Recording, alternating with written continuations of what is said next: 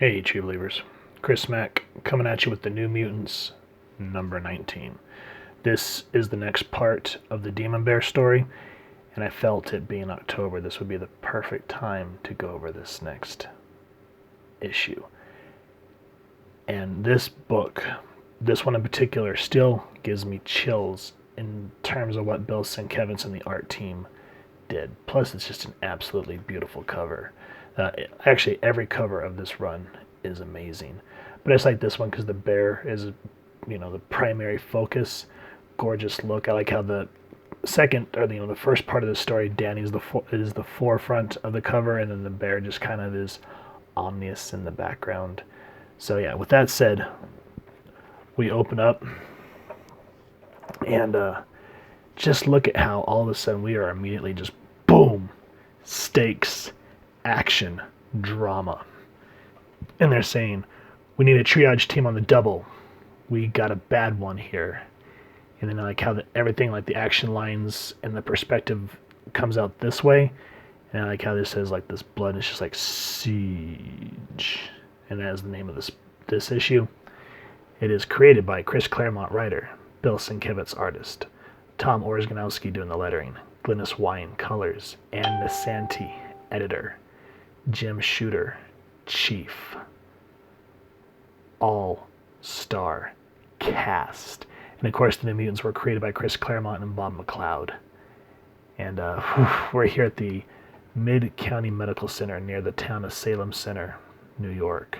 And there's Danny on the stretcher, because if you haven't seen our review over issue 18, pause this one, go check out the prior one, and then come back to see what happens with Danny and why she's on the stretcher at this point. And then before we can get any type of real, because that way the doctors just splash out at you at the page, and then we cut to this and we get these deep blood reds. We don't really have a sense of where we are. There's all this disorientation, which I'm pretty sure a lot of people feel when they're being rushed to the emergency room. And then again, the art choice of all this dark blood, cutting Danny's coat off, the look of pain and terror in her face, the doctor cutting her coat off, splat right against the wall. And so they're saying, who is she? This is Danielle Moonstar. She's part of Xavier's school. They're like, we need to cross-match her blood type. And like, we're barely getting a pulse. And like, this kid won't last through the night. It's a miracle she's lasted this long. Prep her for the OR. So just boom, boom, boom. And then we kind of get a moment. Again, dark reds, dark shadows, very noir. And we see the New Mutants looking on just in terror at their friend. And this is where we're introduced to Tom Corsi. He kind of becomes a main reoccurring character here. And I like this look of just like, what's going on? Because they're saying, I haven't seen this type of damage on a person since Vietnam. And they're saying, as much as we could figure, she was mauled by a bear. So he's just kind of like, wait a minute, there's no bears in Salem.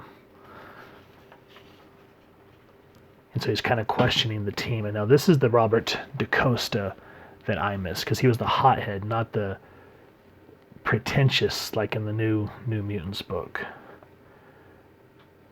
But he's like, in Westchester County, a bear? You gotta be kidding me. Of course, senor. This is one great elaborate practical joke. And so tempers start to flare because Robert, even though he's a hothead, cares about his teammates. And so Sam, or I think it's Amara, tries to calm him down. And then right here, Sam, being the leader, steps in and says, we all just need to blow off some steam. Don't worry about it, nurse. And then she's like, well, buckle in for the night. And like how she's talking, we get an establishing shot of outside to finally orient where we are. But look at just like the lack of like cars, people walking, the storm. So even though that's used to establish where we are, but it also establishes mood. You get that sense of isolation. And you can kind of start hearing like the wind howling like you would like at the Overlook Hotel of The Shining. So it starts to kind of set that dread in for what we're about to jump into in this book. So great work there with visual storytelling. And so everyone's really shooken up about Dani. They don't know if she's going to live. You know, all of her family had passed as we read New Mutants #1. And then what's kind of random, and it kind of takes away, like it sort of takes away from the panel, but it's also a nice little nod as it says Terry Austin Fan Club. Terry Austin was kind of I can't remember if he was like the inker or if he was more like the kind of doing more the art too on the X-Men books from this time period. So it was just kind of a nice way of artists kind of nodding at one another. That was really nice. And what I like here too is just these deep shadows. That's why I always like the old noir stories. And then because Ileana's more of the kind of serious one because she's half human, half demon, I like how she looks at the nurse point blank. You can't really see her expression and just deadpan. What are her chances? Really? And again, just like with stage acting, where you have to kind of what's that word? Over enhance is the word I'm going to use, but feel free to make fun of me down in the comments, but you have to exaggerate. There's the word. Exaggerate your actions. I mean, look at how DaCosta's he's hurting. He's like, why did it have to be, why did it have to snow tonight? We're stuck in this hospital when we should be home following that monstrous trail. But I like how Sam says, waste of time, Bobby. You won't find the critter there. It'll be here.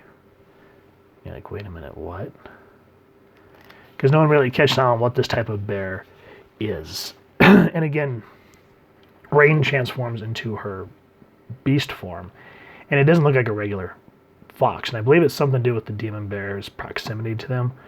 But again, just look at how horrific she looks. Like she looks like she could be part of like the Wolfman stories in Universal, right? But she's transforming this way that so she can try to reach out to Dani and get some of the thoughts.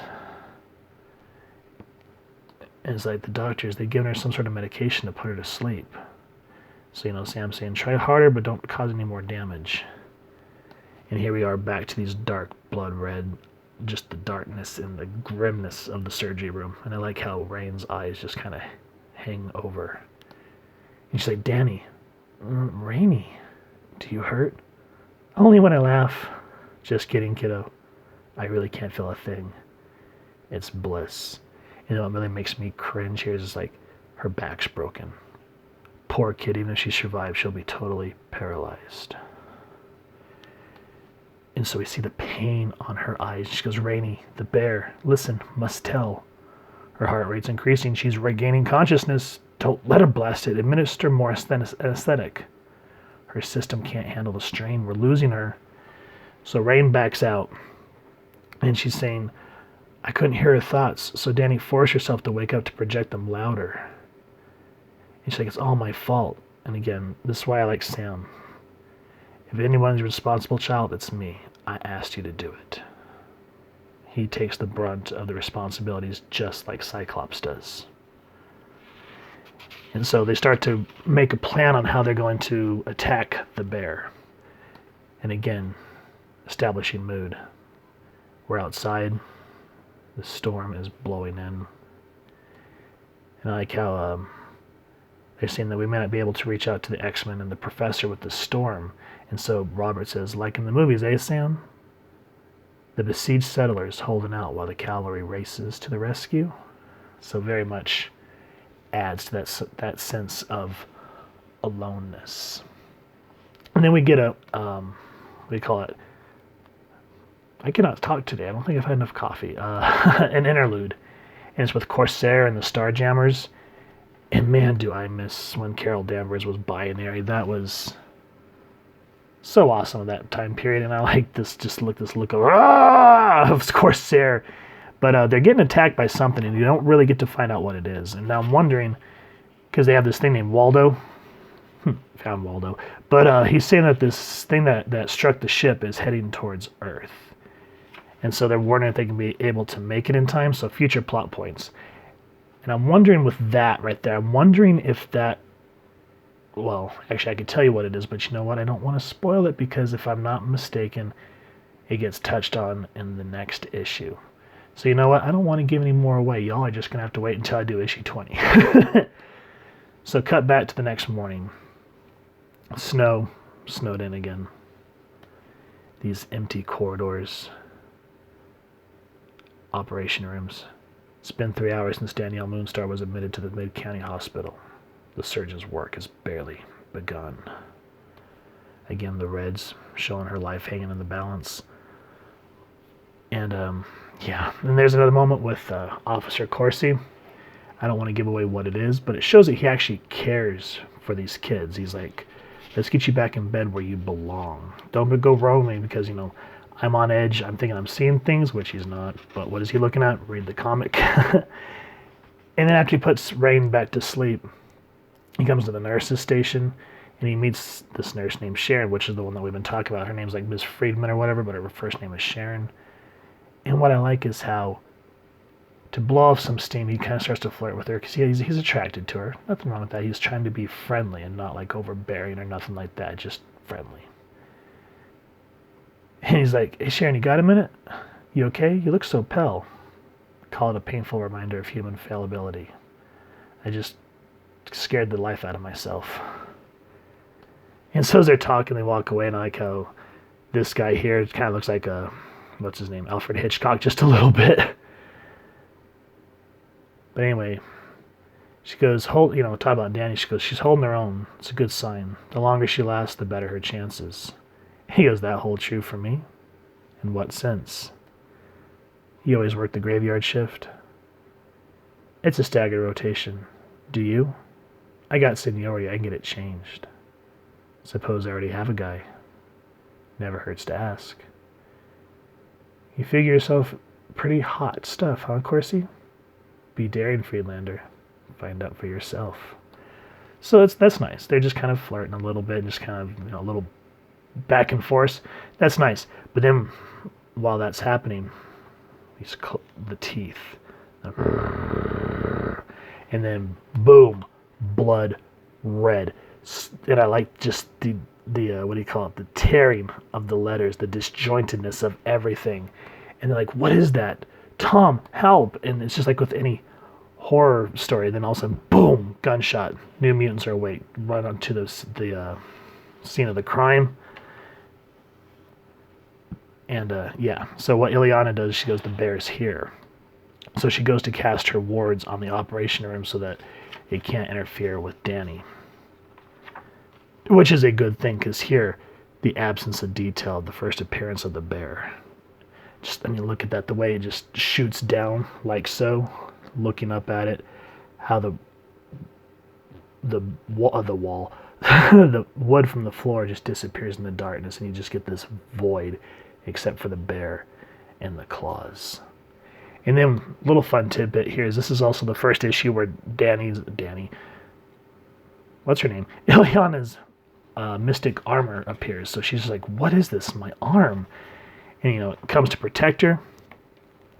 She's able to stab the demon bear in the head. And again, Sienkiewicz's art really helps enhance this, because look at the psychoness of the eyes and the way the colors just really help. Oliver doing the best she can to just show the intensity. Now, a power failure happens. And so the New Mutants are saying they need to split up. They go, the wind could have severed the power lines. You don't believe that any more than me, Ileana. The critter's no dope. We'll have to split up. Bobby and me will stay here. You girls cover the generator room. So again, these kind of canted, elongated panels showing off into nothingness to show, well, what's down this way? How did the demon bear get the power lines? What's in the generator room? So that really helps, again, establish mood. And again, Ileana is saved by her mystic armor, and she's like, what is this? It's not hurting me, but I'm going to use it to my advantage. And so the battle continues, and I just love how the demon bear is just shrouded in shadow, because that's one thing with horror that always works, is the absence of not seeing everything. Because once you see the monster in full light, it kind of kills it, you know what I mean? So there's these deep shadows just absolutely make it more terrifying. Now, I don't want to give any more of the book away, but I just wanted to show how a more disjointed, surreal art really helps enhance a book. That's what I was saying yesterday with the Robin King. The artwork wasn't bad, but I felt like it took away from the story. It didn't really add a whole lot of dread, as where this one works perfectly.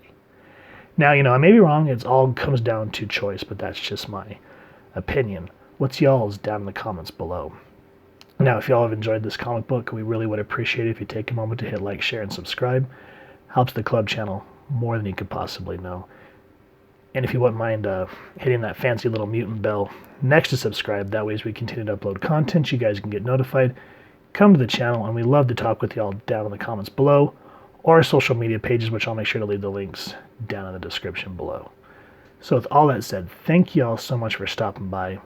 Hope y'all continue to have an absolutely amazing day reading, and happy hunting, true believers.